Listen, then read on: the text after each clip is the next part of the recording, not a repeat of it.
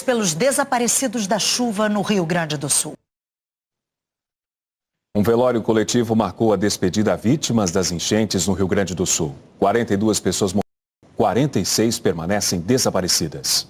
Diante dos caixões enfileirados, tristeza e dor. Não é fácil perder o pai e a mãe assim na mesma hora, é uma coisa... Ninguém está preparado para isso, né? Está se despedindo de quem? Do meu filho Wagner e do meu marido Danilo. Ele pediu para ir na casa de uma vizinha que tinha 2 pisos para nos proteger. E eles ficaram. O velório de 9 das 16 vítimas da cidade de Mussum aconteceu essa manhã na cidade vizinha de Vespasiano Correia. A enxurrada destruiu o cemitério de Mussum. Em meio ao luto, muita gente ainda busca por parentes e amigos. Darcy procura um vizinho. Não teve que chegar até a casa dele. Daí depois dali não foi mais visto. Só vi uma casa desabando. Daí não foi visto mais ele. O desafio em busca dos desaparecidos é imenso para o Corpo de Bombeiros. São áreas enormes a serem percorridas. Um dos desaparecidos morava aqui nessa região, ao lado de uma imensa olaria que foi destruída pela força das águas. Todos esses escombros precisam ser vasculhados. E esse trabalho tem contado com a ajuda de um cão farejador que veio do Corpo de Bombeiros de Santa Catarina. O Bravo já ajudou nas buscas por vítimas de outras tragédias, como no rompimento da barragem de Brumadinho, em Minas Gerais. É a melhor ferramenta hoje que existe na localização de pessoas perdidas. Por 5 dias, as equipes vasculharam essa área à procura de Claudiomiro Luiz da Trindade, de 54 anos. O corpo dele foi encontrado esta tarde por voluntários em meio aos escombros e à lama, distante 1 quilômetro do local onde morava. É triste, muito triste, porque a gente vem com o intuito de ajudar as pessoas e acaba encontrando pessoas mortas, que é um peso, tem que ter psicológico para estar aqui. Nas ruas do pequeno município de Mussum, o cenário ainda é de desolação. É uma tristeza que eu te digo. A outra vez ela veio até lá embaixo, metade do porão mais ou menos, né? Só que dessa vez aqui foi destruído, devastador, totalmente. Máquinas pesadas recolhem toneladas de entulhos. Caminhões-pipa levam água para ajudar na limpeza. A Cláudia pensa em sair da cidade. É muito assustador, nunca tinha visto. Meus pais moram aqui 30 anos e nunca veio enchente, nem no porão da casa. E não tem condições, né? Agora a gente arruma, reconstrói, aí daqui vem outra e depois reconstrói de novo e vem outra. O pessoal vai perdendo as forças, né? 150 mil pessoas foram afetadas pelos temporais.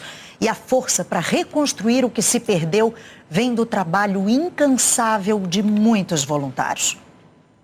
Uma fila de carros e caminhões se formou desde cedo na entrada de Roca Sales. Saímos às 5 horas da manhã de Sertão do Santana, pegamos o pessoal em Guaíba, arrecadamos bastante mantimentos, material de limpeza que estava precisando bastante, né? É gente que trocou a folga de sábado para ajudar as pessoas atingidas pela enchente. Conseguimos 3 caminhões de doações. As doações foram específicas para material de limpeza essa semana. E aí, se cada um fizer um pouco, aí a gente consegue reerguer essa cidade. Este grupo de mais de 40 pessoas preparou lanches para alimentar os voluntários. E mais do que isso. A gente trouxe junto com o alimento para as pessoas, nós trouxemos também ração, porque a gente sabe que muitas pessoas aqui na região fazem um trabalho com os animais e eles perderam absolutamente tudo. Muitos estão perdidos pelas ruas. O Jonas percorre a cidade carregado de marmitas. Ele vai de casa em casa e oferece para quem estiver com fome. Ontem a gente fez em torno de umas 70 e hoje deve ter dado umas 200 marmitas mais ou menos. Está precisando? Muito, muito. É devastador, né, cara? É um cenário que eu nunca imaginei ver na minha vida, né? Choveu durante o dia e nem isso diminuiu o ritmo de trabalho por aqui. São centenas de pessoas que ajudam na limpeza da cidade e das casas dos moradores. Mas quando a gente olha assim, vê que ainda há muito por fazer. O Roger trabalha com sucatas. Ele e um amigo trouxeram 6 caminhões com equipamentos para retirar os entulhos acumulados nas ruas. Cada um pode carregar até 15 toneladas. Estamos desde ontem aí, pretendemos ir amanhã até segunda, terça, enfim, até a gente poder ajudar o máximo que a gente puder aí. Como sujeira para limpar é o que não falta, o batalhão solidário circula de balde e vassoura nas mãos. Tentando ajudar de alguma forma, amenizar a dor desse povo aí. A limpeza, o grosso agora, né, pelo menos, para deixar pelo menos habitável, né? Para que eles consigam pelo menos ter onde dormir, né? Dona Roseli, que hoje recuperou os quadros dos 2 filhos no meio da lama, nunca imaginou que o Vale do Taquari pudesse receber toda essa ajuda. Ainda existe alma caridosa, bondosa nesse mundo. Eu não vou chorar, porque eu prometi que eu não vou chorar. Tem que ser forte. Tem que ser, mas nós vamos vencer de novo, sem desistir, né? A Eliana Marques traz pra gente a previsão do tempo para os próximos dias. Boa noite, Eliana. Boa noite, Márcio, Ana Luísa, e boa noite para você. Nesse domingo, a chuva enfraquece no Rio Grande do Sul. Ainda pode atingir a metade norte, mas os meteorologistas dizem que deve chover pouco. Na metade sul, o sol predomina. Faz até 24, 25 graus em Cruzeiro do Sul, Estrela, Mussum e Roca Salles, algumas cidades com tempo firme. Nessas outras, tem possibilidade de pancadas de chuva, com pouco volume. Os termômetros chegam aos 23 graus em Vacaria, 24 em Água Santa e Passo Fundo e 26 graus em Panambi. Em Porto Alegre, máxima de 25 graus. Em Curitiba, 24. Em Florianópolis, 23. Na capital catarinense, pode chover de manhã e à tarde. Nessas outras regiões em verde no estado, também não dá para descartar alguma chuva. Ela também está prevista para o litoral de São Paulo. Do norte do Espírito Santo ao litoral nordestino, nas áreas em verde, no norte e no oeste de Mato Grosso, no geral sem grandes riscos. Chove a qualquer hora no Recife e em João Pessoa, em Rio Branco e Boa Vista, a partir da tarde. E nessa área enorme, a umidade do ar fica baixa, com índices menores do que 30% nessa área amarela e abaixo dos 20% onde o mapa está laranja. O ideal é de 60 para cima. Em Cuiabá ainda tem o calorão de 40 graus. Em Teresina, 38, em Palmas, 37, em Goiânia, 33, em Campo Grande, 31, em Brasília e Belo Horizonte, 30 graus. Em São Paulo, esquenta nos próximos dias, apesar da noite fria de hoje e com chance de pancadas de chuva com raios e ventos. Amanhã, 27 graus, na semana que vem, acima dos 30. No Rio de Janeiro, 29 neste domingo. Na segunda-feira, 32. Na terça, 34 e na quarta-feira, 36 graus. Também volta a fazer calor no Rio Grande do Sul.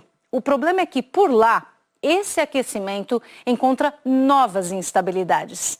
Por isso, a próxima semana começa com temporais de novo. Na segunda-feira e na terça, em grande parte do estado. E na quarta-feira, em todas as regiões gaúchas. A situação de alerta permanece, infelizmente, Márcio e Ana Luísa. Obrigado, Eliana. Obrigada, Eliana. A cúpula do G20, o grupo com as maiores economias do mundo, começou hoje na Índia com a adesão da União Africana como integrante permanente. Logo na abertura dos trabalhos, o anfitrião indiano marcou a história do G20. O primeiro-ministro Narendra Modi oficializou a adesão da União Africana, que a partir de agora se torna um membro permanente do grupo. A inclusão desse bloco, que é formado por 55 países, contou com o apoio dos Estados Unidos, da Rússia e outras potências, incluindo o Brasil.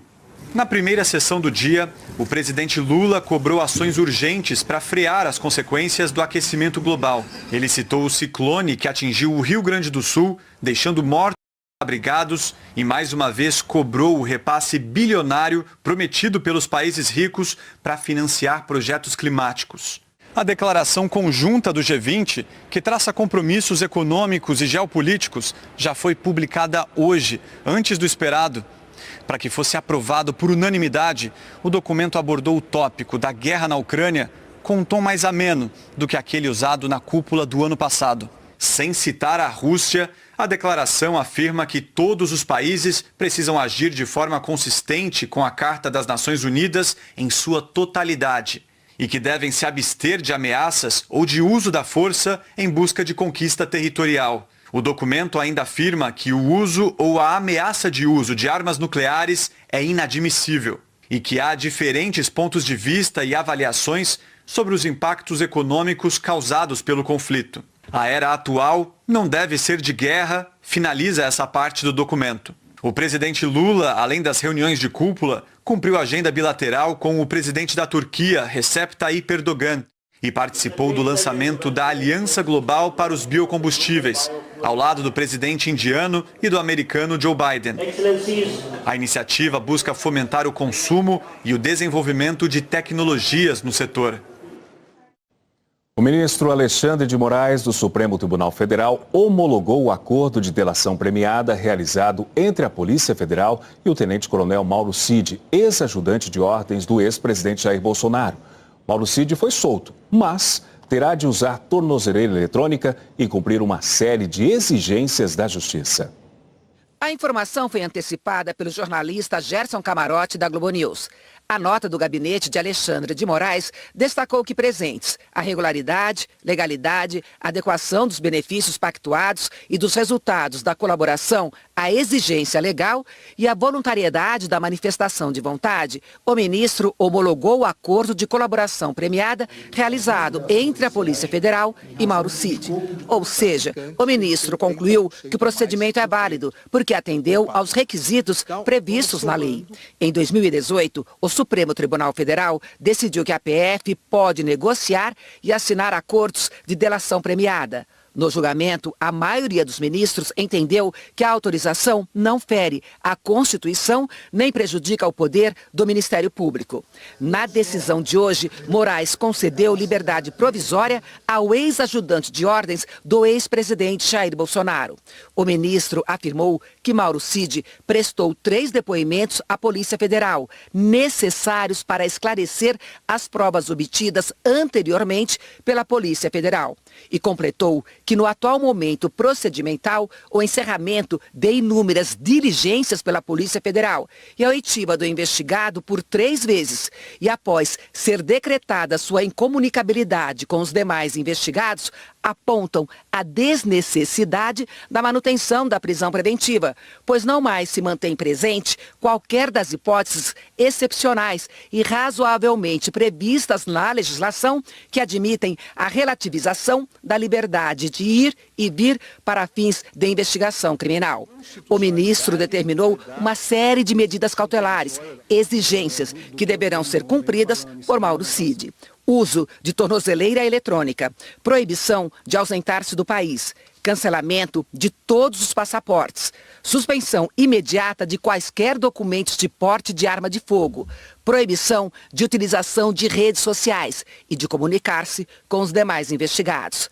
Alexandre de Moraes determinou também o afastamento de Mauro Cid do exercício das funções no Exército.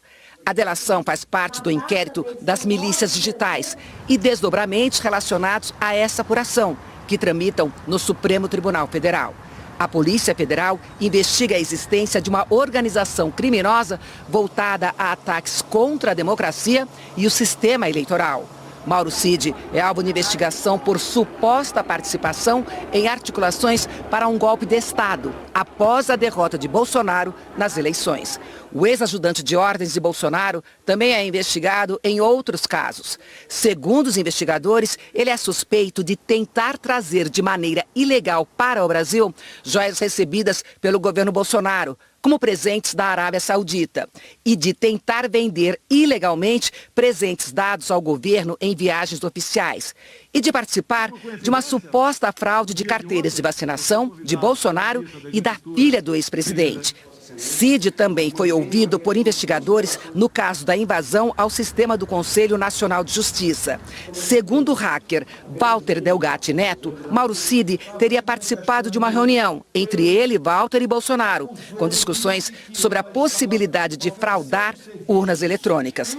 No início da tarde, Mauro Cid deixou o batalhão da Polícia do Exército em Brasília, onde estava preso desde o dia 3 de maio. Fez o exame de corpo de delito e botou a tornozeleira eletrônica no Centro Integrado de Monitoração Eletrônica do Distrito Federal. Com a delação, Mauro Cid passa a ter o aval da Justiça para colaborar com as investigações, em troca de benefícios como redução de pena em casos de condenação criminal. E a partir de agora, a Polícia Federal já pode iniciar diligências para aprofundar as apurações. Nos Estados Unidos, continuam as buscas ao brasileiro foragido depois de escapar de uma prisão. A seguir, a goleada da seleção sobre a Bolívia. O Brasil estreou nas eliminatórias para a Copa 2026 com uma goleada sobre a Bolívia. Antes de ir embora, deu tempo de retribuir mais um pouco, tanto carinho recebido na capital do Pará. Mais uma foto, um autógrafo, mais uma boa lembrança para quem ficou todo o tempo possível ao lado da seleção. Até a saída do ônibus, na tarde deste sábado, ainda tinha gente na frente do hotel e foi assim ao longo dos 6 dias em que a seleção ficou em Belém. Fazia 12 anos que o Brasil não jogava na cidade e a exibição de ontem foi para deixar saudade nos torcedores daqui. O primeiro gol do Brasil nestas eliminatórias foi de Rodrigo. E só não teve mais ainda no primeiro tempo graças ao goleiro Vizcarra, que pegou até um pênalti de Neymar. Mas a noite terminaria bem para o camisa 10. Antes dele, Rafinha e Rodrigo de novo deixaram o novo técnico muito satisfeito.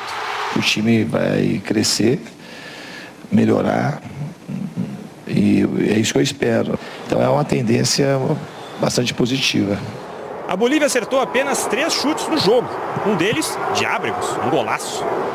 A vitória já estava encaminhada, mas faltava o show de Neymar. Ele e Pelé estavam empatados na artilharia da seleção com 77 gols, os números oficiais da FIFA. Pois os mais de 43 mil torcedores no Mangueirão puderam ver o gol 78 e o 79. Com direito à placa da CBF, a comemoração de Neymar teve a presença de todo o grupo e uma reverência ao rei. Desde já quero dizer que alcançando esse recorde só porque eu passei Pelé, não quero dizer que sou o melhor que ele, ou o melhor de qualquer outro jogador da seleção. Seleção segue agora para Lima, onde enfrenta o Peru na próxima terça-feira. Tal qual o clima que encontrou em Belém, o começo do Brasil nestas eliminatórias foi caloroso, como um abraço bem apertado. Corinthians e Ferroviária vão decidir amanhã o Campeonato Brasileiro Feminino de Futebol. Os números são um desafio a mais para a Ferroviária. O Corinthians ganhou todas as 16 partidas que fez na Arena até hoje. A gente vai ter que se dedicar ao dobro, o triplo. Eu acredito que vai ser um outro jogo lá. O campeão vai receber 1,2 milhão de reais, o vice 600 mil. É a maior premiação já paga pela CBF no Brasileirão Feminino. No primeiro jogo, o empate em 0-0 em Araraquara deixou a decisão para Itaquera. Desde 2020, todas as edições do Brasileirão Feminino foram decididas neste gramado. Dos 4 títulos do Corinthians na competição, 3 foram aqui. Um domínio absoluto do time que amanhã também vai ter uma despedida. O treinador Arthur Elias vai fazer o último jogo dele no estádio antes de assumir a seleção brasileira. Que eu consiga encerrar essa trajetória, principalmente no Campeonato Brasileiro, né, dirigindo o Corinthians, com algo que representou muito, né, que foi uma equipe vencedora. No futebol feminino, o recorde de público da América do Sul era o da final do Brasileirão de 2022 até a semana passada. Mas a decisão do campeonato peruano superou esse número, com mais de 42 mil torcedores em Lima. Convocação mesmo, invasão por elas e vamos tomar esse recorde de volta. Minha torcida está lá também, a caravana toda, vai todo mundo para lá. A Globo transmite a decisão entre Corinthians e Ferroviária amanhã a partir das 13h50 da tarde, horário de Brasília. O brasileiro Felipe Toledo conquistou o bicampeonato mundial de surf. Praia de Trest, aos Estados Unidos. Natural que o surfista local seja o queridinho da torcida. Na decisão feminina, o título ficou com a americana Caroline Marks. Entre os homens, o americano Griffin Colapinto era o preferido do público. Ele vai ganhar de Felipe Toledo, disse o pequeno torcedor. O problema é que Colapinto sequer chegou à final. Foi eliminado antes pelo australiano Ethan Ewing. Ewing já tinha acabado com as chances do brasileiro João Chianca, que ficou na 4ª posição. E assim, a grande final ficou entre o australiano e Felipe Toledo, atual campeão mundial e líder do ranking na temporada. Pode-se dizer que essa também é a casa do brasileiro. O surfista natural de Ubatuba, São Paulo, mora na Califórnia há quase 10 anos. Trestles virou, né, minha segunda casa, né, o segundo quintal, então já tinha uma vantagem de morar aqui e surfar aqui todo dia. Era uma decisão em melhor de 3 baterias. Quem vencesse 2 seria o novo campeão mundial. Filipinho venceu a primeira e a segunda. Pela segunda vez seguida, Felipe Toledo fica com o título, o que só aumenta o domínio brasileiro no circuito. Nas últimas 9 edições, deu Brasil 7 vezes. Felipe Toledo 2 vezes, Gabriel Medina 3, Ítalo Ferreira e Adriano de Souza 1 vez cada. Não poderia ter sido melhor, então é um momento que ainda está caindo a ficha, ainda estou entendendo, vendo minha família aqui de novo, na bateria mais importante da minha vida, todo mundo presente. Cara, é muito difícil de descrever, mas Brasilzão é o meu Brasilzão, não tem jeito. O Esporte Espetacular desse domingo vai falar sobre o título do Felipinho e mais. Vamos agora ao Autódromo de Interlagos, em São Paulo. A Janaína Lepre conta pra gente como está o penúltimo dia do Festival The Town. Janaína, boa noite. Oi, Ana, boa noite. Hoje é dia de vestir preto e cantar alto, mesmo em casa. Tá valendo, porque é o dia mais rock and roll do festival e também porque as bandas escaladas para hoje são de muito peso e muitas comandadas por mulheres. É o caso do Yeah Yeah Yes, que está nesse momento lá no Skyline, a banda nova-iorquina, que tem um som mais alternativo e um público muito fiel. O primeiro show do dia nesse palco foi o da Pitty, a nossa baiana do rock, que tocou junto com uma orquestra e todo mundo cantou tudo do começo ao fim, foi demais. Depois vieram os veteranos do Garbage, também com muita música boa. Agora, por falar em hit, o Barão Vermelho fez um show no palco The One, daqueles que a gente sabe cantar tudo. Clima nostálgico maravilhoso. A grande expectativa da noite fica por conta do show do Foo Fighters, que deve começar por volta das 11 horas. Uma das bandas mais carismáticas do rock, comandada pelo Dave Grohl. E a expectativa é altíssima, porque é o primeiro show no Brasil desde a morte do baterista Taylor Hawkins, que aconteceu praticamente às vésperas de uma viagem para o Brasil, onde eles se apresentariam em março do ano passado. Então, emoção é o que não falta nesse The Town hoje. E amanhã tem mais, né? Amanhã a gente tem o repeteco aí do Bruno Mars. E aqui também o público promete estar empolgadíssimo. É isso aí, Ana, Márcio. Obrigada, Janaína. E a seguir, novas informações sobre o terremoto no Marrocos. A morte do empresário Germano Gerdau e Johan Peter, um dos acionistas do grupo Gerdau. A gente volta a falar sobre o terremoto no Marrocos. Sandra Coutinho, de Nova York, tem as últimas informações. Sandra. Boa noite, Márcio, Ana Luísa, boa noite a todos. Olha, ao longo do dia, o número de mortes nessa tragédia foi aumentando. Isso porque os socorristas tentam atingir os vilarejos que ficam em áreas mais remotas, em meio às montanhas. A última informação do governo marroquino é que 2.012 pessoas foram encontradas. O número de feridos também passa de 2.000, sendo 1.400 em estado crítico. O rei do Marrocos, Mohamed VI, prometeu comida e abrigo para os desalojados, principalmente as crianças e os mais vulneráveis. Agora à noite, o governo de Israel ofereceu o envio de equipes altamente especializadas na busca de sobreviventes em tragédias como esta, mas ainda não recebeu o sinal verde do governo do Marrocos. As equipes de resgate acreditam que ainda haja muita gente sob os escombros. Ana Luísa, Márcio. Obrigado, Sandra. Morreu em São Paulo o pesquisador do Instituto Nacional de Pesquisas Espaciais, Alberto Setzer. Setzer liderou os primeiros projetos de monitoramento de incêndios e queimadas no Brasil e atuou no INPE por mais de 46 anos. Ele era uma referência nesse tipo de estudo e atualmente coordenava o setor de ciências da Terra do Instituto. Ele sofreu um infarto ontem em São Paulo, aos 72 anos. O Instituto Nacional de Pesquisas Espaciais disse que seu legado e contribuição permanecerão para as futuras gerações. No Rio, morreu o empresário Germano Gerdau e Johan Peter, aos 91 anos. O acionista do grupo siderúrgico Gerdau morreu de causas naturais. Tudo começou com uma fábrica de pregos no Rio Grande do Sul. O ano, 1901. Mais de 120 anos depois, a Gerdau é uma multinacional e a maior produtora de aço do país. Por trás dessa história estava Germano Gerdau e Johan Peter, o primeiro de 4 irmãos. Ao lado de Klaus, Jorge e Frederico, Ele fez parte da geração que transformou a indústria siderúrgica no Brasil. Até a década de 70, a família expandiu a atuação da Gerdau por vários estados. Em 1980, ultrapassou fronteiras com a compra de uma siderúrgica no Uruguai. O conglomerado industrial está presente hoje em 9 países, incluindo Estados Unidos e Canadá. Germano Gerdau nasceu em Porto Alegre e ocupou vários cargos na companhia até se tornar diretor executivo e depois membro do Conselho de Administração. A Gerdau divulgou uma nota de pesar e destaca que ao longo de 50 anos de atuação, Germano foi fundamental no desenvolvimento das estratégias comerciais da empresa. A nota ressalta também o lado humano do empresário. Diz que ele tinha senso de humor e inteligência marcantes, que era um exímio contador de histórias, além de grande líder e administrador.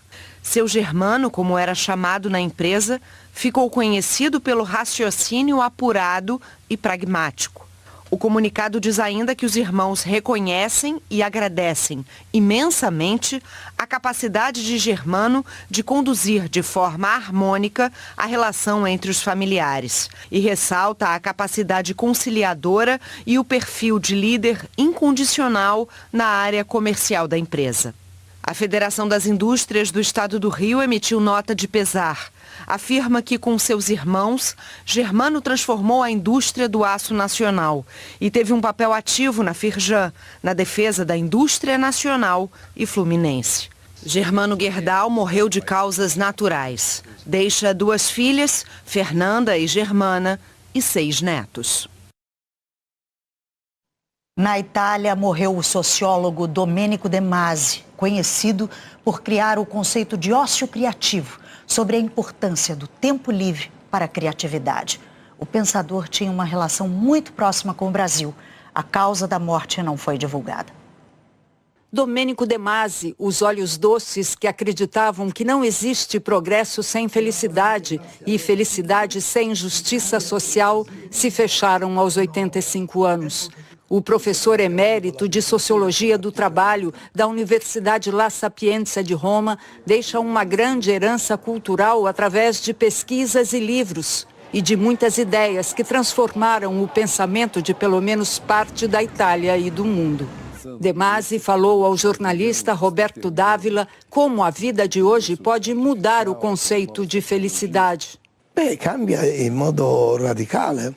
Perché noi torniamo un poco alla situazione dei greci, cioè noi stiamo capendo che non è importante avere troppe cose, ma che è importante dare significato alle cose. De Masi também inspirou diretamente a política. Foi o sociólogo do movimento 5 Estrelas na Itália e defendeu a criação da renda de cidadania, uma espécie de salário-desemprego que o governo atual de extrema-direita cancelou.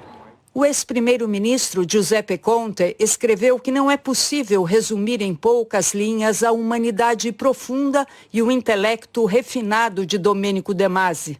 Com a teoria do ócio criativo, o sociólogo ganhou respeito e simpatia internacionais, afirmando que a quantidade e a qualidade de um produto não dependem do controle do trabalhador, mas da motivação dele e da sua capacidade de entrar na dimensão do lazer criativo, algo como misturar o prazer do brincar com o dever do trabalho.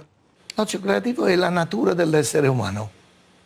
L'essere umano non è fatto per fare lavori faticosi, lavori bruti, lavori noiosi, è fatto per fare lavori creativi. Quando un lavoro è creativo, non è lavoro. Se a Itália perdeu um sociólogo inovador, o Brasil perdeu um grande admirador da nossa cultura. E da sua amizade com Oscar Niemeyer, restou um lindo teatro que o arquiteto brasileiro projetou a pedido dele. Uma sala de concertos para a cidade da música, como é conhecida Ravello, no sul da Itália. A obra de Niemeyer foi inaugurada em 2011. De Masi gostava de relembrar uma frase do arquiteto citada pelo jornal italiano O Fatto Quotidiano. O que importa não é a arquitetura, mas a vida, os amigos e este mundo injusto que devemos mudar. De Masi, com o seu trabalho intelectual, contribuiu para isso. Em junho desse ano, ele recebeu a visita do presidente Lula quando esteve em Roma. De Masi foi um dos que visitaram Lula na prisão. O presidente hoje disse que ficou surpreso e triste. E lembrou que o sociólogo sempre foi muito atento e carinhoso com o Brasil, sem nenhum medo de se posicionar, mesmo nos momentos mais difíceis. Domênico era um homem de muitos amigos, apaixonado pelo Brasil, pela nossa diversidade cultural, e era um humanista, um pacificador, um homem que vai fazer muita falta no mundo de hoje tão controverso e com tanto desentendimento. Amava a multidiversidade da cultura brasileira, amava todos os nossos desafios e nos momentos de pandemia tão difíceis, ele estava presente, pensando o Brasil, defendendo o Brasil. Ele demonstrou nos seus trabalhos que a competitividade, a produtividade do trabalhador moderno ganharia muito se os patrões dessem aos empregados tempo livre para desfrutar a vida. O Domênico tinha uma memória imensa e uma grande cultura, mas mais que isso ele deixa o legado também como pessoa, como ser humano, pela sua generosidade, pelo como ele tratava não só os amigos, mas as pessoas de um modo geral, a humanidade. Então foi das pessoas mais completas que eu conheci e que eu tive a oportunidade de conviver nos últimos 30 anos. O Jornal Nacional termina aqui.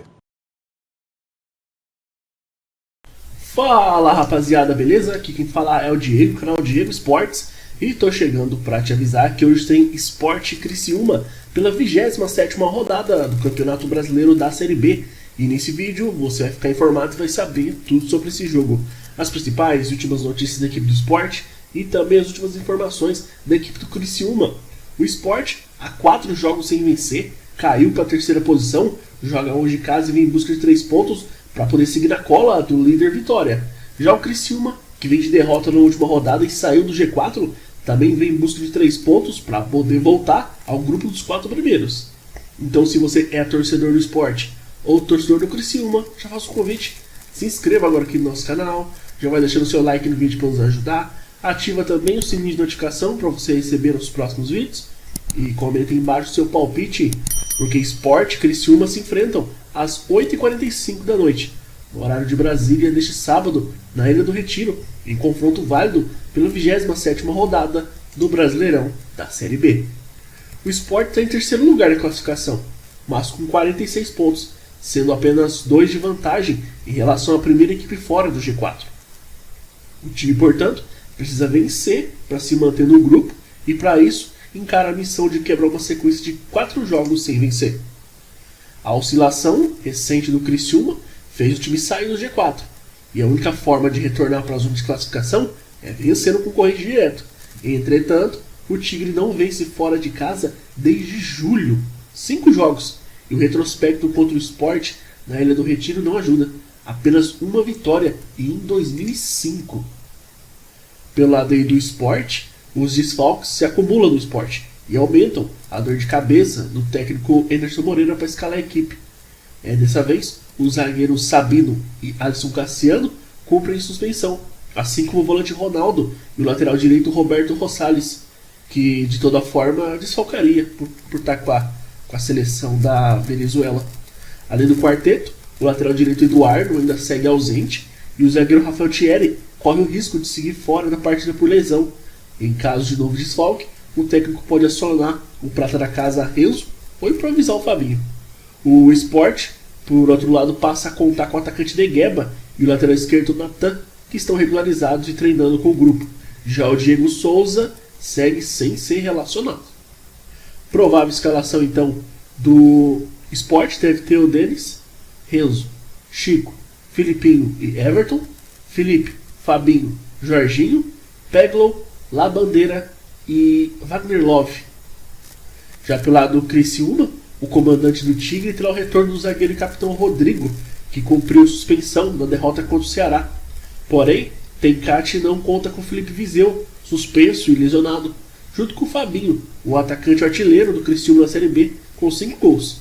Com a saída de Viseu do time, Marquinhos Gabriel no meio deve retornar aos titulares.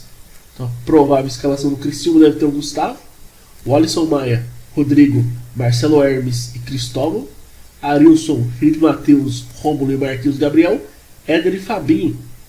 O jogo vai ser apitado pelo Flávio Rodrigues de Souza, com o assistente número 1, Daniel Paulo Zioli, e o assistente número 2, Leone Carvalho Rocha.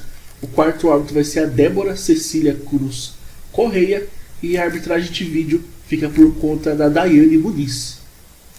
O Sport está na terceira colocação, 26 jogos, 46 pontos, 13 vitórias, 7 empates, 6 derrotas, 36 gols marcados, 23 sofridos, saldo de 13. Já o Criciúma, sexto, 26 jogos, 44 pontos, 13 vitórias, 5 empates, 8 derrotas, 28 gols marcados, 20 sofridos, saldo de 8. Então é isso, rapaziada. Desejamos a todos aí um ótimo jogo. Que vença o melhor. Fiquem todos com Deus e até a próxima.